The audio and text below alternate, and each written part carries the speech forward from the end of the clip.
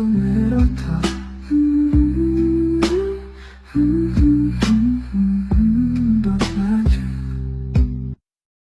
कहानी ना एक महीने कुछ दिन बाद शिफ्ट होती है। हमें एक लड़की को दिखाया जाता है जिसके पास एक हाथ है एंड वो खाना टेबल पर रख रही होती है। तभी पीछे से आवाज़ आती है जो कहती है, रूप क्या कर रही हो तुम। जो रूप होती है वो कहती है, ओ जाओ भैया, मैं तो बस टेबल पे खाना रख रही थी। जो जाओ होता है वो आता है और कहता है, इन सब की कोई ज़रूरत नहीं है, तुम्हें आराम करना चाहिए। जो अपनी रूप होती है वो कहती है, आपने मुझे यहाँ पर आश्रय दिया है, पढ़ाने के लिए आप टीचर भी बुलाते हैं, तो इतना तो मैं कर सकती हूँ ना। जो जाजूसू होता है वो रूप के सर पर हाथ रखता है और कहता है, मैंने तुम्हें यहाँ पे काम के लिए नहीं बुलाया है, तो तुम्हें ये सब करने की कोई ज़रूरत नहीं है। मैंने ये कहते ही जाजूसू स्माइल करता है, आप रूप को तो भूले नहीं होंगे ना, वही रेड लाइट वाली बच्ची। अभी ना घर को बहुत ही प्यार से सजाया गया था, रेड रेड पेपर लगाए हुए थे, क्योंकि आज है नया साल, न्यू ईयर डे। आपको याद होगा वर्ल्ड ऑफ ऑनर में भी वो बनाया गया था जब बेचारा हैनहिंग उस दिन मारा गया था। ये वही दिन है जो अपना जाजूसू होता है वो खाने को अच्छे से टेबल पे सेट कर दिया होता है। चैंगलिंग आता है जो कहता है, गुरुजी आप ये क्यों कर रहे हैं। जो अपना जाओ होता है वो कहता है, मैं ऐसे ही कर रहा हूँ। जो चैंगलिंग होता है वो कहता है, ला मैं मदद करता हूँ। जाओ मना करता है कि इसकी कोई ज़रूरत नहीं है, बट चैंगलिंग उसके साथ हेल्प में मतलब हाथ बटाने लगता है। हमें उधर अपने वैन को दिखाया जाता है जो उधर ही आ रहा होता है और उसने काफ़ी ज़्यादा सुंदर ड्रेस पहन रखा था। अपना वैन जाओ को ही देख रहा होता है जो झुक झुक के सामान रख रहा होता है और वैन की नीयत थोड़ी सी गंदी लग रही होती है। जाओ जिसकी नज़र जैसे ही पड़ती है तो वो गुस्सा करता है और उसके सर पर मारता है, और वैन ने अपना हेड पकड़ लिया था। वैन कहता है, अरे मारा क्यों। जो जाजूसू होता है वो कहता है, तुम्हारी जो निगाहें थी ना वो सब बता रही थी। जो अपना वैन होता है वो स्माइल कर रहा होता है एंड जाजूसू उसके कान को फिर पुल करने लगता है, पर जाजूसू की स्माइल रुक थोड़ ना रही थी। तो जाओ होता है फिर इरिटेट होकर कहता है, ठीक है अब हमें चलना है।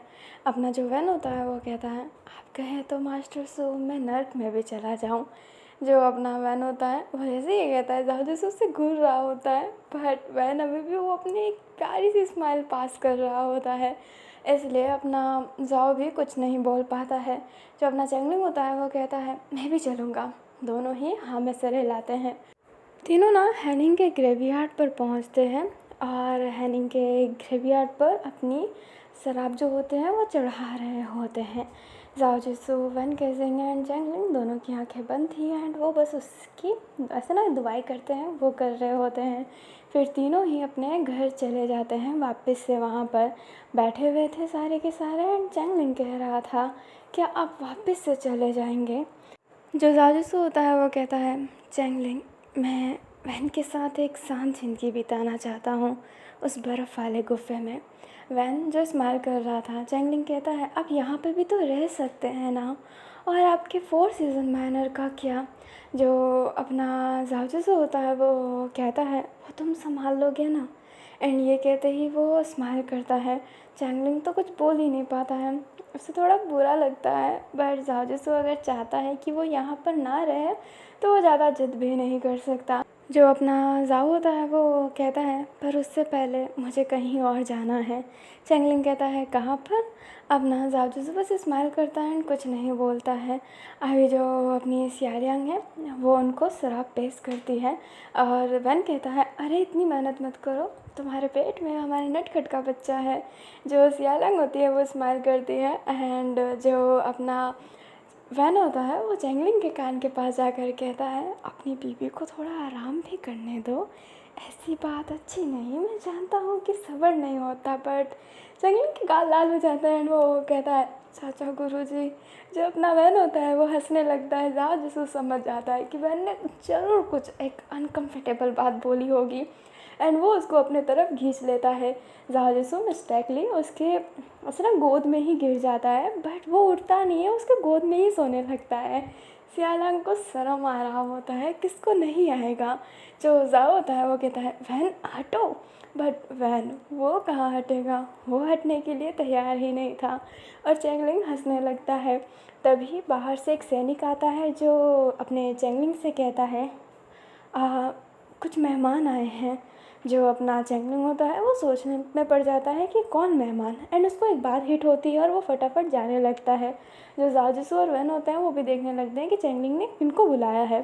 चैंगलिंग जब गेट के बाहर जाता है एंड वैन एंड जाओ भी वहाँ पर आ गए थे। जाओ देखकर खुश था क्योंकि वहाँ पर जिंग बेह्युआन एंड अपने दाबू आए थे, लाइक वूसी। जो वूसी होता है वो अपने वैन एंड जाओ को देखकर बहुत खुश था। और अपना जिंग बेह्युआन भी, जो अपना वूसी होता है, वो जाओ का हाथ पकड़ते हुए कहता है मैं बहुत खुश हूँ कि तुम सही सलामत हो। जो जाओ जैसे होता है वो स्माइल करता है एंड कहता है तुम्हें सालों बाद देखकर मुझे बहुत अच्छा लगा। अपना जो वैन होता है वो भी स्माइल कर रहा होता है एंड बेह्युआन भी उधर आता है। अभी वो सारे के सारे बैठ गए होते हैं। जो अपना चैंगलिंग होता है वो कहता है मास्टर, बेह्युआन और वूसी ने मुझे बहुत कुछ सिखाया है। जो अपना वैन होता है वो कहता है बहुत बहुत शुक्रिया। जो युवान होता है वो कहता है नहीं, ये बहुत काबिल योद्धा है, ये आगे जाकर बहुत बड़ा राजा बनेगा। वूसी कहता है बेह्युआन, ये राजा बन चुका है। जो अपना जिंग बेह्युआन होता है वो स्माइल करता है। जो अपना वैन होता है वो कहता है क्या बूढ़े दानव नहीं आएंगे। चैंगलिंग कहता है वो बस 2 साल मेरे साथ रुके थे, मुझे बहुत सारे युद्ध की कला सिखाएं, फिर उसके बाद से वो कभी नहीं आए हैं। मुझे नहीं लगता कि वो आएंगे। मैंने चैंगमिंग माउंटेन पे उनके लिए पत्र भी भिजवाया था, पर मुझे नहीं लगता कि अब वो वहाँ पर रहते हैं। पता नहीं वो कहाँ पर हैं। अभी जो वैन एंड जाओ होते हैं वो कुछ नहीं बोल पाते हैं एंड बाइक को ही याद करने लगते हैं। हमें बाइक को दिखाया जाता है जो चैंगमिंग माउंटेन पर ही था, उसके पास वो पत्र भी था। वो उस पत्र को देखता है एंड उसको रख देता है और वो बोलता है मेरी दुआएं अक्सर तुम लोगों के साथ है, पर अब मैं वापस वहाँ पर नहीं जाना चाहता। एंड ये कहते ही जो बाई होता है वो बाहर जाने लगता है तो वो हैरान था। उसकी आँखें ब्लिंक भी नहीं हो रही थी। बाहर अपना जिंगजू खड़ा था और जिंगजू जाओजिंग की तरह दिखता है तो आप जानते हैं क्या होगा। जो अपना बाई होता है वो जाओजिंग कहता है, बट जिंगजू अपने बाई के पास जाकर उसे हक कर लेता है। जैसे ही जिंगजू बाई को हक करता है तो एक अजीब सी फीलिंग होती है ना, वो आ रही होती है। जिंगजू बहुत रो रहा होता है एंड कह रहा होता है मैं बहुत खुश हूँ कि तुम जिंदा हो, बहुत बहुत ज़्यादा। पे अभी बाई को तो कुछ याद नहीं था। जो बाई होता है वो कहता है तुम क्या बोल रहे हो और रो क्यों रहे हो। बाई को जिंगजू की वर्ड समझ में नहीं आ रही थी, ना ही जिंगजू को बाई की वर्ड समझ में आ रही थी। दोनों ही जैसे अपने आँखों से बात कर रहे हों। अपना जिंगजू कहता है मुझे तुमसे मिलकर वापस बहुत अच्छा लगा बे, मेरे बड़े भाई, माफ़ करना जो भी कुछ तुम्हें सहना पड़ा मेरे वजह से। मैं बस तुमसे मिलना चाहता था, मैं तुम्हें ढूंढना चाहता था। मुझे उम्मीद नहीं था कि तुम जिंदा हो, पर मेरा दिल कह रहा था, इसलिए मैं तुम्हें ढूंढने के सफ़र में आ गया और भगवान ने मुझे तुमसे मिलाया। मैं यहाँ से जा रहा हूँ, अपना ख्याल रखना पे। बाई को कुछ समझ में नहीं आ रहा होता और जिंगजू तो चला भी जाता है एंड बाई तो बस टुकर टुकर देखता रह जाता है। हमें ना अब वापस से अपने जाओ जिसू, वन केजिंग, चैंगलिंग, सियालियांग एंड अपने बाई और उसी का ही सीन दिखाया जाता है। वो तीनों खाना मतलब सब खाना खा रहे होते हैं एंड बहुत इन्जॉय कर रहे होते हैं, दारू पी कर बहुत प्यारी प्यारी बातें कर रहे होते हैं। जो वैन होता है वो कहता है वैसे दाबू तुम कब बेयुवान से शादी करने वाले हो। बेयुवान और दाबू एक दूसरे को देखने लगते हैं। जो अपना बेयुवान होता है वो कहता है आप कब कर रहे हैं शादी। मैंने जाओ को बहुत सारी लड़की दिखाई थी, पर मुझे नहीं पता था कि उनकी पसंद आप जैसे ही है। जो वैन होता है वो कहता है मुझ जैसी, क्या मैं ख़राब हूँ। जो अपना बेयुवान होता है वो कहता है नहीं, आप तो अति सुंदर हैं। जो वैन होता है वो कहता है लाइन मत मारिए, वो क्या है ना, मैं साहू को पसंद करता हूँ और आपके लिए भी तो दाबू है। अभी जो दाबू होता है वो स्माइल करने लगता है और बेयुवान भी। चैंगलिंग एंड सियालियांग भी बहुत ज़्यादा खुश थे। वो आज का फंक्शन एक साथ में सेलिब्रेट करते हैं और नाइट में सोने के लिए चले जाते हैं। जाजिसू और वैन का कमरा एक ही था। जो वैन होता है वो जाओ को बहुत टाइट हक कर लिया होता है, बहुत ज़्यादा। एंड जाजिसू इरिटेट था कि इतना क्यों हक कर रखा है, एंड वो उसे धक्का दे रहा होता है और वैन कह रहा होता है क्यों क्यों क्यों क्यों, दूर क्यों जाऊँ, मैं तो तुम्हारे पास आना चाहता हूँ। अभी जो अपना जाओ होता है वो कहता है हाँ वैन किसिंग, थोड़ा सा दूर हो, मुझे घुटन हो रहा है, मैं सो नहीं पा रहा। जो वैन होता है वो कहता है तुम्हें घुटन हो या फिर कुछ भी हो, वैन किसिंग तो अपने मास्टर सू से बिल्कुल दूर नहीं हो सकता है। एंड ये कहते ही वो फिर से उससे कडल कर लिया होता है। जाओ जिसको क्या ही बोले, उसे समझ में नहीं आ रहा होता है। दैट्स वाई वो बहुत ही ज़्यादा शांत था, बट उसके चेहरे पर एक हल्की सी स्माइल भी थी। दोनों ही ना ऐसे ही सो गए होते हैं। नाइट में वैन के शरीर पे फिर से वो ब्लैक ब्लैक शैडो आने लगते हैं एंड उसकी बॉडी वार्म हो रही होती है। वो जानता है अब तो उसकी याददाश्त वापस आ गई है, तो उसे कुछ छवि कुछ आवाज़ सुनाई नहीं दे रही है, बट बॉडी वार्म होना एंड वो ईवल एंटिटी वो उसे ज़रूर महसूस हो रही होती है, जो उसके शरीर को कैप्चर कर रही होती है। राजेशू की ना अचानक से हल्की सी आंखें खुलती हैं एंड वो जब वैन को ऐसे देखता है तो वो थोड़ा वरीड हो जाता है। वैन केसिंग की बॉडी बहुत पेन हो रही थी, देख कर ही लग रहा था। जाजसू वैन को पकड़ लेता है और कहता है वैन सब ठीक है, सब ठीक है। एंड ये कहते हुए उसके सर पर हाथ फेरने लगता है और वो ईवल एंटिटी धीरे धीरे गायब हो रही होती है। वैन को वापस से नॉर्मल जैसा नींद आ रहा होता है। जाजसू मन में कहता है हे भगवान, आपने मेरी तो दर्द कम कर दी, पर क्या वैन केसिंग इसी दर्द में रहने वाला है, इसी चुभन में। एंड वो बहुत ज़्यादा वरीड था अपना जाजिसू, और उसे अपनी मधुरिमा की बात याद आती है कि हो सके तो वैन की आंखें निकाल देना, जिससे वो अपनी शक्ति ढंग से यूज़ कर सके। जाजिसू समझ नहीं पाता है कि आखिर आंखें निकालने से होगा क्या। ये भी हो सकता है कि आंखें निकालने से जो वैन को वो ब्लैक शैडो कब्जा कर रही है वो ना हो, बट जाजिसू इसका असली मतलब नहीं समझ रहा था कि आंखें निकालने से होगा क्या। अब यहाँ पे लाइक त्यांगया में चंद्रिका की बातें कैसे ही पता चलेगी, चंद्रिका सिटी की बात है लाइक कंट्री की। इसलिए वो एक लेटर क्रिएट कर मतलब एक लेटर लिखने लगता है जो वो राजकुमारी चंद्रिका को भेजेगा, मतलब महारानी चंद्रिका को। वो लेटर लिख देता है एंड उसे भेजने को भी कह देता है। अभी ना मॉर्निंग हो जाती है। वैन एंड जाओ अभी गेट पे खड़े थे और अपना बेयुआन और दाबू भी, बट बेयुआन दाबू अभी नहीं जा रहे थे, वो थोड़ी देर बाद जाएंगे। चैंगलिंग वैन एंड जाओ को पकड़ लेता है और कहता है क्या ज़रूरी है जाना। जो जाओ होता है वो कहता है चैंगलिंग समझो, पर जब सियालियांग का बच्चा होगा तो हम ज़रूर आएंगे।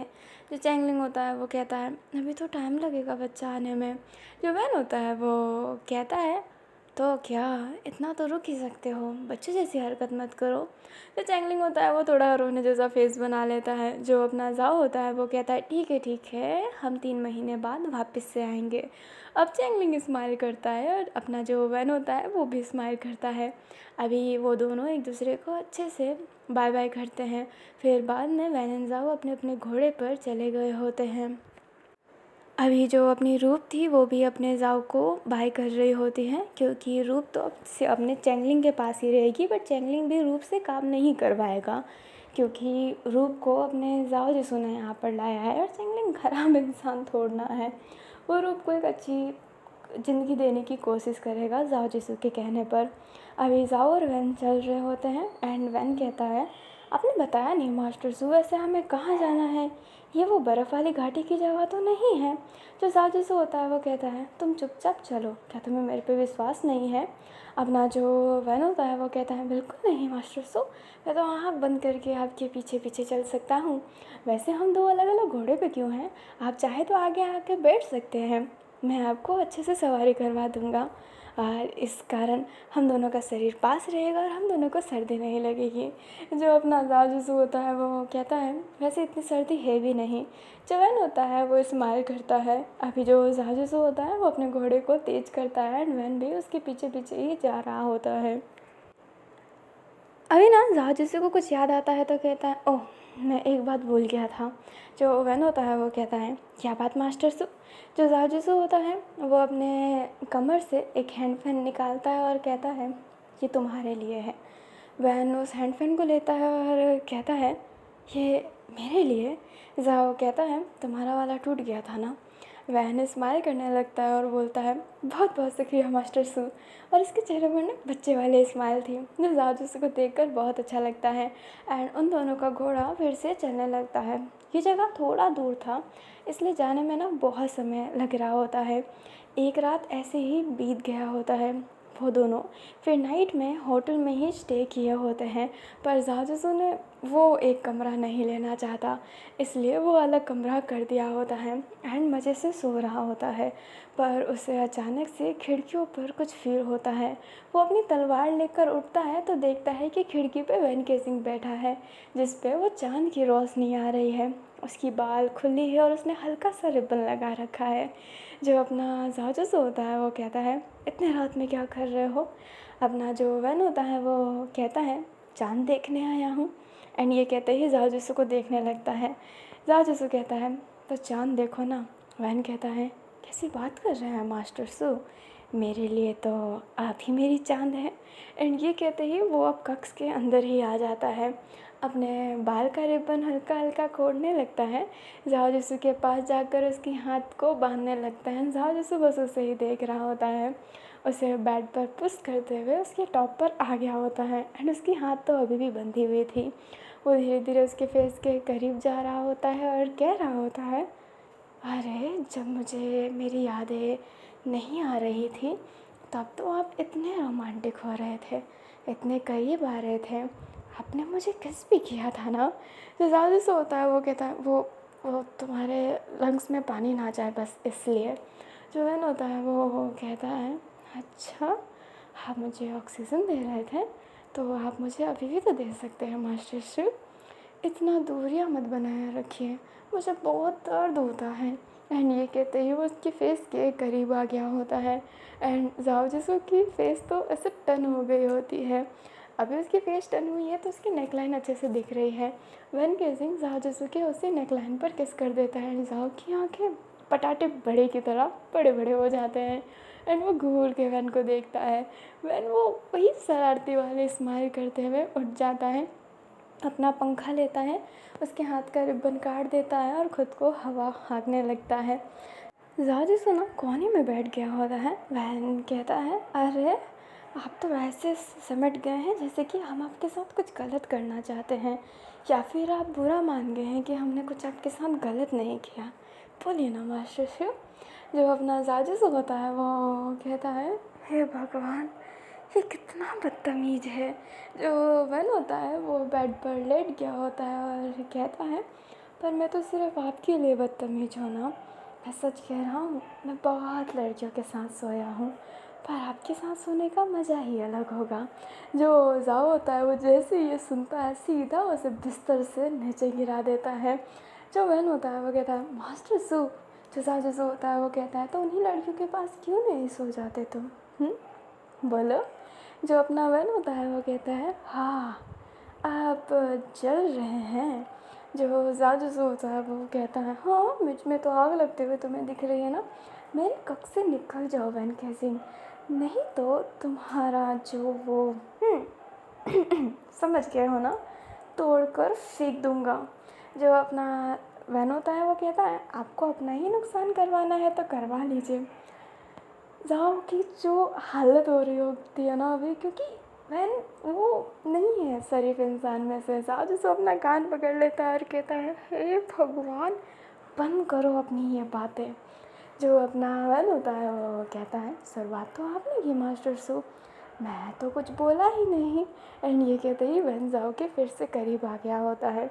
जो अपना वैन होता है फिर हंसते हुए जाने लगता है तो जाओ उसका कपड़ा पकड़ के उसे बेड पर नीचे पटक देता है। उसके टॉप पर आकर उसके गले को हल्का सा पकड़ते हुए कहता है, सुन लो, जो तुमने अतीत में किया है वो कर दिया, पर अब किसी और के पास मुझे तुम दिखे भी ना, किसी भी लड़की या फिर लड़के के पास, तो याद रखना एक्स भूत घाटी के राजा, मैं तुम्हें सच्ची में एक भूत ही बना दूँगा। जो वैन होता है वो स्टक था क्योंकि ज़ाओ जिसको भी बहुत ज़्यादा डोमिनेंट लग रहा होता है, पर वैन केजिंग हँसने लगता है। ज़ाओ जिसको एक टेढ़ी से स्माइल करता है एंड कहता है, तुम्हें यह मजाक लग रहा है? वैन केजिंग कहता है, नहीं नहीं मास्टर सू, ऐसी कोई बात नहीं है। बट वैन कुछ और कहे उससे पहले ज़ाओ जिसको उसका गला टाइट पकड़ के उसके गले को थोड़ा सा उठाकर उसके लिप पर एक ब्रूटल किस करने लगता है। वैन हैरान था, वो अपने आप को छुड़ाना चाहता था, उसकी ब्रीदिंग लॉक हो गई थी, पर ज़ाओ जिसू उसे छोड़ ही नहीं रहा था। वो उसके होठों पर ना बाइट कर लेता है, जिस वजह से वैन के लिप्स से ब्लड आने लगते हैं।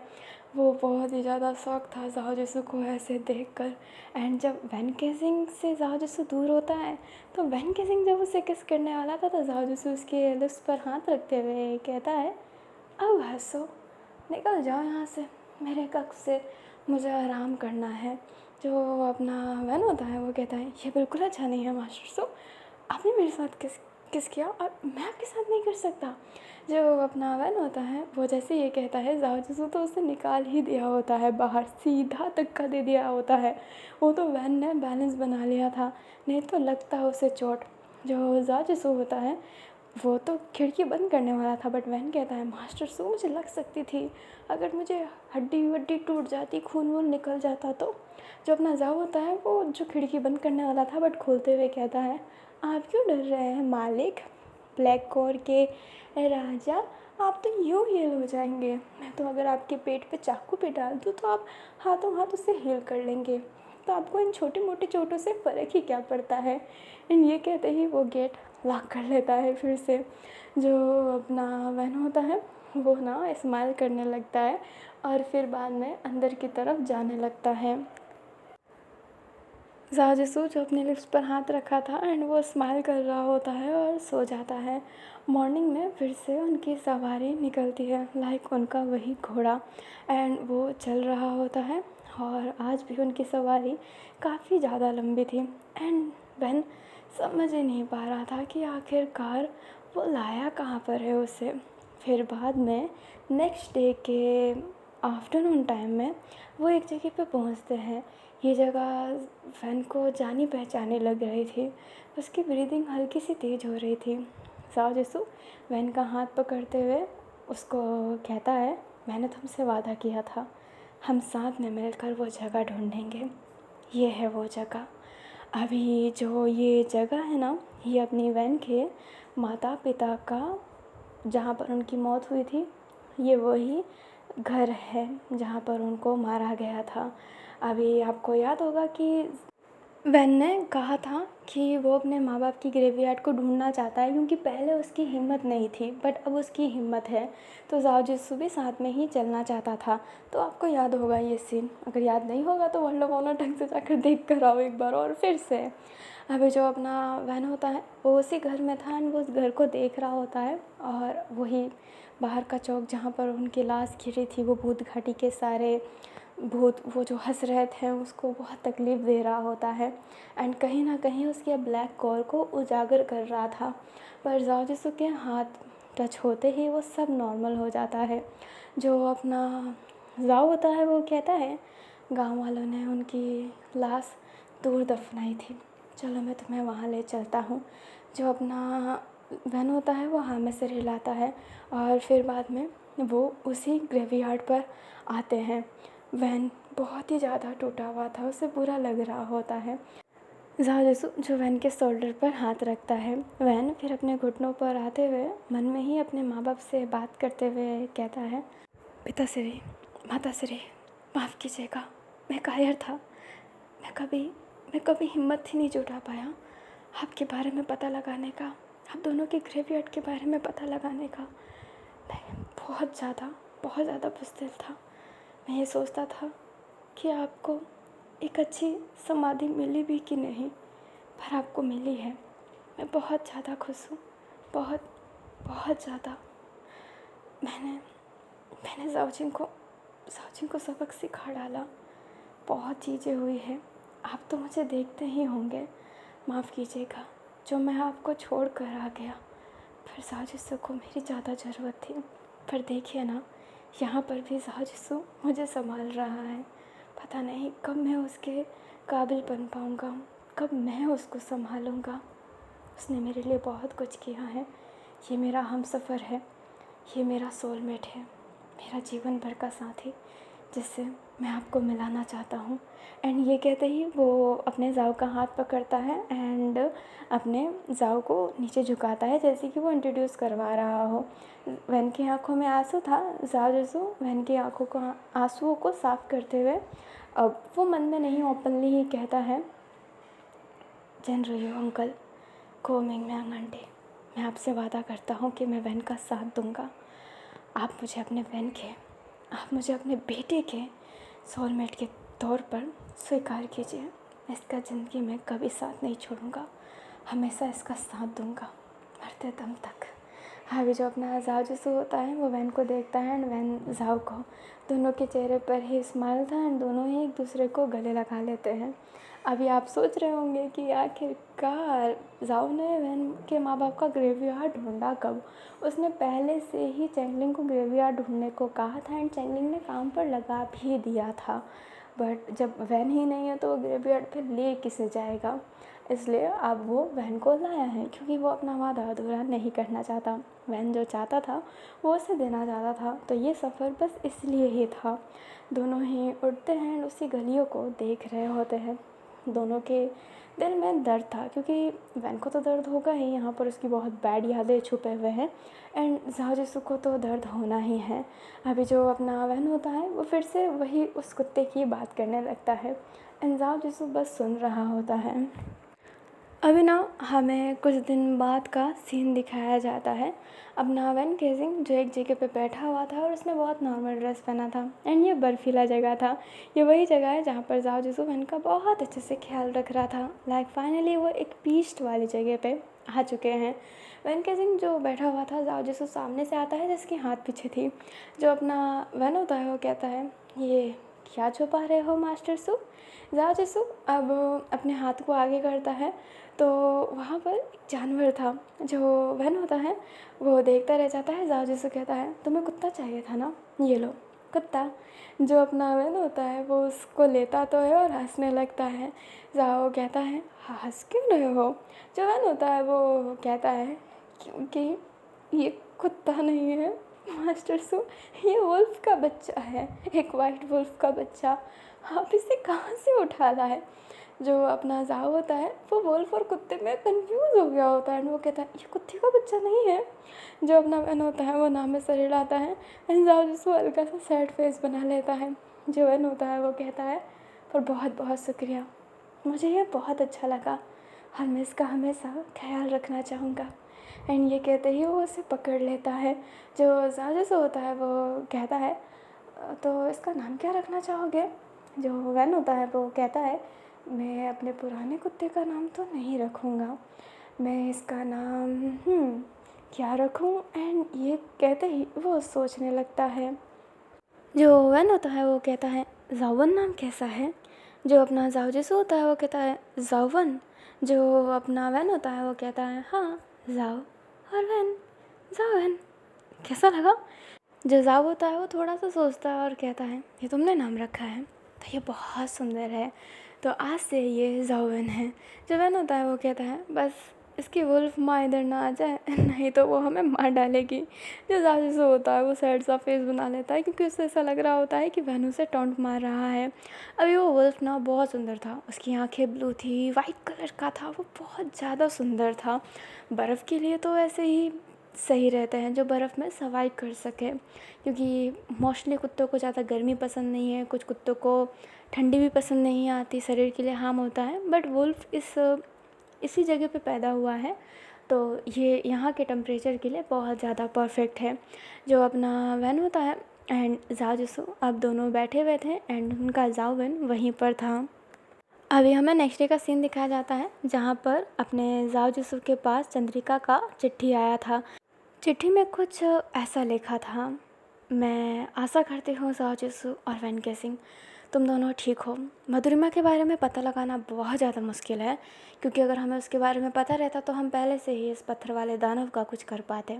पर ये पता लगाना मुश्किल है, पर तुमने हमारे लिए बहुत कुछ किया है, तो मैं आखिरी दम तक कोशिश करती रहूँगी। उत्तर आने में शायद थोड़ा समय लग सकता है, क्योंकि ये चीज़ों की जांच पड़ताल करनी पड़ेगी, पर मैं तुम्हें हमेशा खत भिजवाती रहूँगी, ताकि तुम्हें ये याद रहे कि चंद्रिका नहीं भूली है कि इस चीज़ के बारे में पता लगाना है। शुक्रिया हमारी मदद करने के लिए जाओ जिसु। मैं आशा करती हूँ कि वैन और तुम दोनों एक साथ में खुश हो। ये लेटर बस इतना ही था। जाओ जिसु स्माइल करता है, क्योंकि हाँ, मधुरिमा के बारे में पता लगाना बहुत मुश्किल है, क्योंकि किसी को नहीं पता था, ये बहुत पुरानी बात हो चुकी है इसलिए। बट जाओ खुश था कि चंद्रिका कोशिश कर रही है, और चंद्रिका कोशिश कर रही है तो वो कुछ ना कुछ तो ज़रूर करेगी। उधर हमें अपने वैन को दिखाया जाता है, जो खाना बना रहा होता है और कह रहा होता है, मास्टर सू खाना बनाना सीख क्यों नहीं लेते, कब तक मुझे ही बनाना पड़ेगा।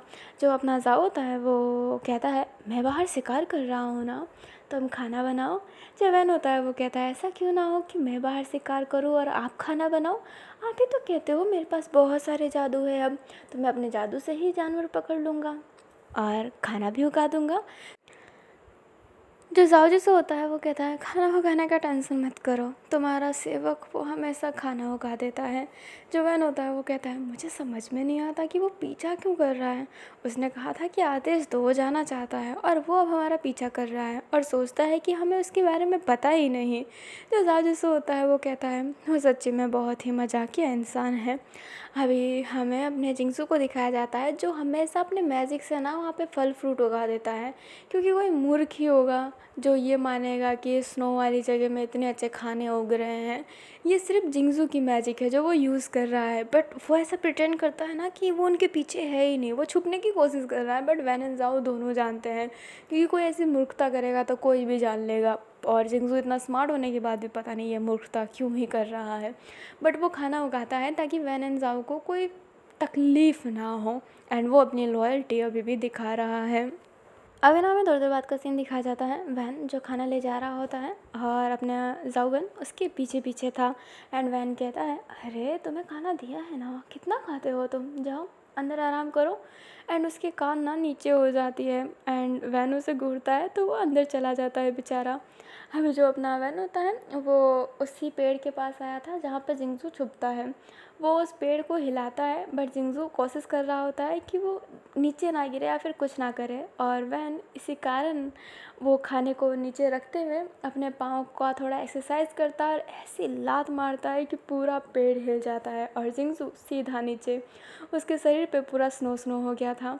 जो वैन होता है वो वही जिंगसू के पास बैठ जाता है और कहता है, मुझे लगता है कि तुम्हें अब खाना खा लेना चाहिए। जो जिंगसू होता है वो कहता है, आपको मेरे बारे में पता था। वैन कहता है, स्नो वाली जगह में तुम इतने हरे भरे पेड़ उगाते हुए बैठोगे तो पता नहीं चलेगा तो क्या चलेगा। हाँ, मौसम समेत खाने उगते हैं, और जिस चीज़ का तुमने पेड़ लगाया है उस चीज़ का मौसम भी नहीं है, चलो खाना खा लो। जो जिंगसू था वो बहुत हैरान था, बट भूख तो लगी थी, अच्छा खाना खाए हुए समय हो गया है ना, इसलिए वो खाना खाने लगता है। एंड वैन केसिंग अंदर आ जाता है। अभी जैसे ही वैन केसिंग अंदर आता है, जाओ जिसू वहाँ पर बैठ जाता है, एंड जिंगसू बस उसकी आँखें ऐसी थोड़ी सी ओपन ही थी। जो अपना जाओ होता है वो कहता है, कोई बात नहीं कोई बात नहीं, खा लो, लवन बड़ा अच्छा खाना बनाता है। जो जिंगसू होता है वो कहता है, सही कहा, मालिक अच्छा खाना बनाते हैं। जो जाओ जिसू होता है वो कहता है, तुम मुझसे मालिक मालिक मत कहो, मालिक मधुरिमा थी। जो अपना जिंगसू होता है वो कहता है, पर महारानी मधुरिमा की ही तो जादू उनके अंदर है। मैंने वादा किया था मैं इस ब्लैक होल की लेगेसी बरकरार रखूँगा, तो मतलब बरकरार रखूँगा, एंड उसे बुरे हाथों में नहीं जाने दूँगा। एंड ये कहते हैं वो बड़ा सा दबा दबा के खाना खा रहा होता है। जो अपना जाजूसू होता है वो कहता है, तुम्हें पता है क्या कि आँखें निकालना क्यों ज़रूरी है। अपना जो जिंगसू होता है वो कहता है, आँखें निकालना इतने अच्छे तरीके से तो नहीं पता, क्योंकि महारानी मधुरिमा को भी इनके बारे में नहीं पता था। मधुरिमा के जो राजा थे उनको भी इनके बारे में नहीं पता था। बट मेरे हिसाब से आँखें निकालना इसलिए ज़रूरी होता है ताकि पता कर सके फीलिंग को। जो अपना जाजूसू होता है वो कहता है, मतलब अपना जिंगसू होता है वो कहता है, जैसे कि मैं आपके पास हूँ, आप मेरे इंटेंशन समझ पा रहे हैं। अपना जो जाओ होता है वो हैरानी से देखने लगता है। तब तक जिंजू उसके पीछे से पेड़ ला देता है, एक ऐसा जो उसके गले में लग सकता था, पर जिंजू ही खुद उससे प्रोटेक्ट कर लेता है। जाओ हैरान था। जिंजू कहता है, आप नहीं समझ पाए कि मैं अभी आपको मारना चाहता हूँ, मेरे मन में क्या चल रहा है, पर अगर आप मुझे मारना चाहेंगे तो मुझे पता चल जाएगा, क्योंकि ये मेरी पावर है। ये मेरी आँखें हैं जो कुछ नहीं दिखाती हैं, पर सब कुछ दिखा देती हैं। और ये आँखें वैन केजिंग को तभी मिल सकते हैं जब वो अपनी आँखें निकाल लें, क्योंकि ये मैजिक तभी एक्टिवेट होती है। आँखें निकालने के बाद आप किसी की यादें देख सकते हैं, क्योंकि महारानी मधुरिमा अक्सर दूसरों की यादें देख लिया करती थी। और जो सब कुछ जानता है उसे क्रोध और गुस्सा बहुत जल्दी आता है। वो इस खूबसूरती की मोह मायाओं में फंस जाता है, पर जो देख नहीं सकता वो अंदर की भावनाओं को जानता है। जो वैन होता है वो सुनता है एंड कहता है, लावन जब भी सोता है उसके आसपास एक ब्लैक सा ऊर्जा क्रिएट हो जाता है। जो अपना जिंगजू होता है वो कहता है, वो पहले महारानी मधुरिमा को भी बहुत परेशान करता था, पर महारानी मधुरिमा ने अपनी फीलिंग पर ऐसा कंट्रोल किया कि वो चीज़ उसे कभी परेशान नहीं किया। तो शायद वैन केजिंग अभी अपने भावनाओं को ढंग से समझ नहीं पा रहे हैं, वो अपनी भावनाओं को रोक नहीं पाते हैं, वो क्रोधित हो जाते हैं या फिर किसी चीज़ को लेकर ज़्यादा भयभीत हो जाते हैं। उनको एक ऐसा इंसान बनना पड़ेगा जो अपने भावनाओं को कभी अपने ऊपर हैवी ना होने दे, क्योंकि भावनाएं अच्छी बुरी बहुत प्रकार की होती है। उन भावनाओं से बहुत सारी चीज़ें जन्म लेती हैं, और ये उन्हीं भावनाओं से जन्म लिए हुए क्रीचर होते हैं जो आपके शरीर को कब्जा करने के लिए पीछे पड़ते हैं। क्योंकि जो ये मैजिक है, ये ब्लैक मैजिक है, और काली शक्ति मतलब आप जानते हैं भूत प्रेत इनमें शामिल होते हैं। ये भूत प्रेत हैं जो वैन केजिंग के शरीर को हावी करते हैं, बट ये उनके कैदी हैं, इसलिए वो उनको शक्ति भी देते हैं, पर इनका हमेशा एक मोटिव होता है कि वो शरीर पर हासिल कर सकें। ये मुझे एक बार किताब में पता चला था, जो नीचे कक्ष में था, महल के कक्ष में, बट अब तो सारी किताबें जल चुकी हैं वहाँ पर, तो मैं इससे ज़्यादा मदद नहीं कर सकता हूँ। जो अपना जाओ होता है वो कहता है, तुमने बहुत मदद की हम, शुक्रिया जिंगसू, पर मुझे ये समझ में नहीं आता कि तुम अक्सर पीछे क्यों रहते हो। तुम उनकी सेवा करना चाहते हो, उन्हें बंदिक है, पर ये कैसे। जो जिंगसू होता है वो कहता है, मैं उनकी रक्षा करना चाहता हूँ, सेवा नहीं। एंड ये कहते ही वो खाने को रख देता है और कहता है, बहुत बहुत शुक्रिया, मैं सेवा सिर्फ अपनी महारानी मधुरिमा का ही करता हूँ, पर मैं रक्षा कर रहा हूँ वैन का नहीं, ब्लैक कॉर का।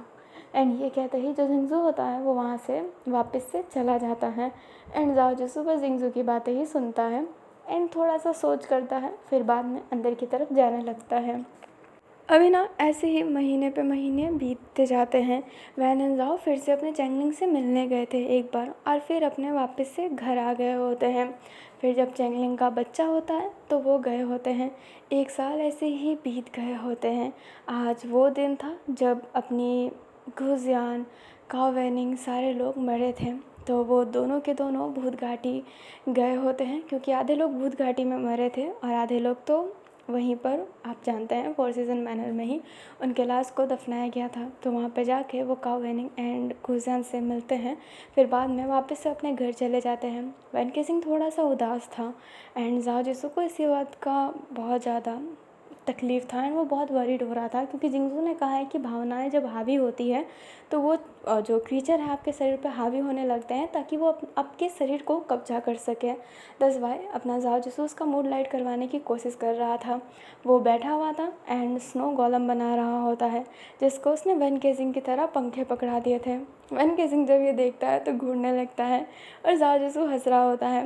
वैन केजिंग फिर वहाँ पर आता है एंड एक और गोलम बना देता है, जिसके हाथ में जाओ जिसू जैसी पाटली रखता था ना, बोतल, एंड जो जाओ जिसू अपने सर पे पहनता था वो उसे पहना दिया होता है। जो अपना जाओ होता है वो कहता है, हाँ हम दोनों बहुत सुंदर लग रहे हैं, है ना। जो वैन होता है वो स्माइल करता है। तभी वहाँ पर अपना जाओवेन आता है, जो उस दोनों मूर्ति को सूंघकर वहाँ पर ऐसे वॉशरूम करने लगता है। जो अपना वैन एंड जाओ होता है वो कहते हैं, हम पर वॉशरूम किया। जाओवेन। एंड ये कहते ही दोनों ही जाओवेन के पीछे पड़ जाते हैं। एंड वो बेचारा सा वुल्फ भाग रहा होता है, बट वेन एंड जाओ उसे पकड़ना चाहते थे। वो दोनों ही उसे पकड़ लेते हैं एंड पकड़ते दौरान वो स्नो में गिर गए होते हैं। अभी जाओवेन बीच में है एंड वेन एंड जाओ आइट साइड में। दोनों ही बहुत ज़्यादा हंस रहे होते हैं। एंड वो वो पपी तो नहीं है, वो वुल्फ भी बहुत ज़्यादा खुश था। अभी जो वुल्फ होता है वो तीनों के तीनों ऐसे ही लेटे हुए थे, बादल पर देख रहे होते हैं। एंड वैन अचानक से जाओ का हाथ पकड़ता है एंड जाओ भी वैन का हाथ बहुत टाइट पकड़ा हुआ था। दोनों एक दूसरे को देखते हैं और स्माइल कर रहे होते हैं। दोनों ही धीरे धीरे एक दूसरे के करीब जा रहे होते हैं। एंड बेचारा अपना जाओवन तो वहाँ से चला गया होता है ये सिचुएशन देखकर। दोनों ही एक दूसरे को बहुत डीपली किस कर रहे थे एंड ये किसिंग थोड़ी सी वाइल्ड होती जा रही थी। जो अपना जाओ और वैन थे वो एक दूसरे के बहुत ज़्यादा करीब आ गए थे। किस करने के बाद वो एक दूसरे को देखने लगते हैं एंड बम, हमें सीधा अंदर का सीन दिखाया जाता है जहाँ पर वैन एंड जाओ दोनों अभी इंटीमेट पोजीशन में है। एंड वहाँ पर एक पर्दा है, वो पर्दा लगा लेते हैं ताकि उसका जाओवन ना देखे। एंड अंदर की सीन बहुत रोमांटिक चल रही थी जो हमें पर्दे के बाहर दिखाई देती है। अभी हमें अपने जाओ और वैन की आवाज़ सुनाई देती है जो एक दूसरे से प्रॉमिस कर रहे होते हैं कि वो दोनों एक दूसरे का साथ कभी नहीं छोड़ेंगे। वहीं हमें अपने जिंगजू को दिखाया जाता है जो बेचारा गलती से घर के पास ही था, बट आवाज़ें सुनकर वो जाने लगता है। बट उसने वो प्रॉमिस भी सुनी होती है और उसके चेहरे पर स्माइल था। एंड अपना जो जावेन होता है वो भी अपने जिंगजू के साथ ही चल रहा होता है और जिंगजू जावेन को देखकर स्माइल कर रहा होता है। उधर हमें अपने चैंगलिंग को दिखाया जाता है जो अपने 2 बच्चे और अपनी बीवी के साथ था एंड बहुत इन्जॉय कर रहा होता है। उधर जो अपना दाबू है एंड अपने जिंगबे युवान है वो भी अपने सेवन लॉर्ड में बैठे हुए हैं एंड बहुत मज़े कर रहे हैं। उधर हमें बाई को भी दिखाया जाता है जो सफ़र कर रहा होता है एंड उसके बाल अब वो आधी से ज़्यादा वाइट हो गए होते हैं। उधर फिर बाद में हमें अपने प्रिंस लुवो और साओ को दिखाया जाता है जो एक जगह पे थे और वो भी तीनों बहुत शांति से बैठे हुए थे। और अपनी लुवो और साओ ने अभी भी प्रिंस का पीछा नहीं छोड़ा है, वो प्रिंस के साथ बहुत ही ज़्यादा लॉयल है। एंड प्रिंस सारी दुश्मनी उस्मनी भूल कर एक नॉर्मल लाइफ जी रहा है और आप कह सकते हो कि एक व्यापारी की नॉर्मल लाइफ। वो राज वाज कुछ नहीं लिया है क्योंकि अगर वो चाहता तो ताइलेक्स सेक्ट उसका हो सकता था क्योंकि वो जाओजिंग का था, बट ना उसने ताइलेक्स सेक्ट लिया ना ही जो उसका स्कॉर्पियन सेक्ट था उस पर उसने राज करने का सोचा। वो अलग खुश है, अकेला है, बट देखा जाए तो लुवो और साओ भी उसके साथ ही है। उधर हमें चंद्रिका को दिखाया जाता है जहाँ पर वर्षा कहीं ना कहीं अभी भी चैंगलिंग के बारे में सोचती है, बट वह शादीशुदा है तो उसे इग्नोर करने का भी सोच रही होती है। सुंदरी वही अपने भगवान के भक्ति में लीन थी। विजय बहुत ज़्यादा खुश रहने लगा था क्योंकि सब सही हो गया था। अपना जो मोहिनी एंड अंश है उन दोनों की भी केमिस्ट्री अच्छी हो गई है, पर दोनों ने सिर्फ़ और सिर्फ दोस्त बनने का सोचा है। ये जो मुकलावा है ये नहीं होगा, दोनों ने शादी तोड़ दी है एक दूसरे से और वो दोनों अब बस एक दूसरे के दोस्त बनकर ही रहते हैं। दोनों की दोस्ती काफ़ी ज़्यादा अच्छी और प्यारी है। हमें चंद्रिका को दिखाया जाता है जो अपने कक्ष में बैठी हुई थी और एक लेटर लिख रही थी जाओ जिसू के लिए कि अभी उसे कुछ पता नहीं चला है, बट वो फिर भी पूरा ढूंढने की कोशिश कर रही है। वो जाओ जिसू के कहने पर अभी भी मधुरिमा की शक्ति के बारे में पता लगाने की कोशिश कर रही है, बट ये कोई हलवा तो नहीं है पता लगाना। अभी जो चंद्रिका होती है वो लेटर लिखने के बाद सैनिक के हाथों उसे भिजवाने लगती है। अभी इमेजिन करो चंद्रिका बाहर खड़ी है एंड धीरे धीरे उसको उसका जो राज्य है हमें पूरा दिखाई दे रहा है। उसके राज्य को कवर करते करते हमें मंजारों की टोली भी दिखाई जाती है, मतलब निश्चय और अपना रघु। फिर बाद में हमें अपनी नील नदी, अपने मयूरा की जगह, फिर बाद में अपनी शेरशाह का जगह, अपना जिंगजू का जगह जो पेई संभालता था, और फिर बाद में अपने मधुरिमा का राज्य वो चमकता हुआ सोने का कैसल वो भी दिखाई देता है जो अभी भी खाली ही था। बट वहाँ पर अब कुछ लोग रहने लगे हैं क्योंकि अब वहाँ पर लावा नहीं है, पर उस सोने के महल को अभी भी कोई नहीं छूता है। हमें बादल में अपने प्यारे से मधुरिमा एंड अपनी लुई रिन को दिखाया जाता है जैसे कि वो हंस रहे हों। फिर बाद में चंद्रिका के जाते जाते जाते एक पेड़ दिखाया जाता है जो बहुत ही ब्यूटीफुल और बहुत ही ज़्यादा खिला हुआ है। फिर बाद में हमें फिर से वैन एंड ज़ाओ को दिखाया जाता है जो एक दूसरे को गले लगाकर सोए हुए हैं। और ये फैन फिक्सन यहीं पर ख़त्म होता है। आई होप आपको world of honour next chapter dark magic पसंद आया हो। कुछ उतना अच्छा नहीं है बट फिर भी मेरे हिसाब से तो ठीक ठाक है। आई होप आपको भी अच्छा लगा हो। यस, मैंने अगस्त में ये भी ख़त्म कर दिया। हाय, मैं कितनी खुश हूँ, मैं कैसे बताऊँ। पर इम्पॉर्टेंट ये भी करता है कि आप खुश हैं या फिर नहीं हैं। तो कमेंट में बताना कि आपको ये फ़ैन फिक्सन कितना अच्छा लगा और कितना अच्छा नहीं लगा। आई नो कि आप इंटीमेट सीन चाहते होंगे बट मैं देना नहीं चाहती थी। मुझे कोई इतना ज़रूरी नहीं लगा, जितना लगा मैंने उतना डाल दिया। तो आप डिसअपॉइंट हुए होंगे, then I am really sorry, but क्या ही कर सकते हैं। Then I am really really really really sorry. And आधे लोग किसी बात से ऐसा ना कि सेटिस्फाई नहीं होंगे कि मैंने मधुरिमा की पूरी मैजिक को ढंग से क्लियर नहीं किया। पर आप सुनेंगे तो आपको पता चलेगा कि मैंने कहा है कि ये जो शक्ति है, कहा जाता है कि भगवानों के वक्त से है। फिर बाद में जब अपने सभी के पास जादू हुआ करते थे और सबके जब जादू जा रहे थे तो ये एक ब्लैक मैजिक ही बचा था। तो ये इतनी पुरानी इतिहास किसी को कैसे बताओगे, और जब किसी को पता ही नहीं है तो मैं कैसे बताऊंगी। वो थोड़ा अजीब नहीं लगता कि हाँ इसको कैसे पता, भाई इतनी पुरानी है। तो मैंने यहाँ पे यही रखा है कि किसी को ढंग से नहीं पता, इसलिए इसकी मैजिक कोई ढंग से यूज़ नहीं कर पाता और हमेशा सफ़र करता रहता है किसी ना किसी चीज़ों से। मधुरिमा भी पहले इस शक्ति को ढंग से यूज़ नहीं कर पा रही थी एंड वैन केसिंग तो स्टिल इस शक्ति को यूज़ नहीं कर पाता है। वो ब्लैक एंटिटी उसको अभी भी ये कैप्चर करते ही रहते हैं। और मैं इतना तो क्लियर कर सकती हूँ कि जो ब्लैक एंटिटी है एक्चुअली में आत्माएं हैं। ये जो ब्लैक कोर है वो आत्माओं से बनी है। उनकी आत्माएं जिनके पास मैजिक था, जो मधुरिमा को या फिर किसी भी यूज़र को जो ये ब्लैक कोर अपने अंदर रखता है उसे शक्ति देता है। बट ये जो अंदर की काली शक्तियाँ हैं, लाइक ये जो आत्माएं हैं, ये उस ऑनर के शरीर को भी कब्जा करना चाहता है ताकि वो उस चीज़ को एक ऑन कर सके। और आँखें निकालना इसलिए भी ज़रूरी होता है क्योंकि जो वो ब्लैक कोर के अंदर आत्माएं हैं वो उसकी आंखों से ही पूरी दुनिया देख रहे होते हैं। और खूबसूरती, वो भावनाएं उनको और ऐसा अट्रैक्ट करती है। बट ऑनर के पास आंखें ही नहीं रहेगी तो आत्माएं भी कुछ नहीं देख पाएगी, वो बस फील कर पाएंगी जो वो फील करते हैं। बट आत्माएं उतनी भी फीलिंग नहीं शेयर कर पाएगी, वो बस देख सकती है जो चल रहा है और उससे वो लालच में उसके शरीर को और कब्जा करने की कोशिश करेगी। बट जब आंखें ही नहीं रहेगी तो वो लालच वो हो ही नहीं पाएगा। फीलिंग होती है बट एक होता है ना कि हम किसी खूबसूरत चीज़ को देखकर अट्रैक्ट हो जाते हैं और हमें उसे पाने का जुनून रहता है और पाने के जुनून में हम कुछ भी कर लेते हैं। तो ये वही है। आपको लॉजिक नहीं लग रहा होगा बट मेरे लिए बहुत लॉजिक बना रहा था। तो यही है, इतना ही है एंड बस यही कहना चाहती हूँ। हाँ, मैं क्या बोलूँ समझ में नहीं आ रहा। बट कहानी के इंट्रो भी मैं ढंग से नहीं देती, सोचती हूँ कि आउट्रो ढंग से दे दूँ बट आउट्रो भी समझ में नहीं आता। और जब कहानी ख़त्म होने वाली रहती है ना, मतलब ख़त्म हो गई होती है, तब समझ में नहीं आता कि साला क्या बोले। बट चलो कोई बात नहीं। फिर से वही लाइन, आई होप आपको ये फ़ैन फिक्सन पसंद आया हो।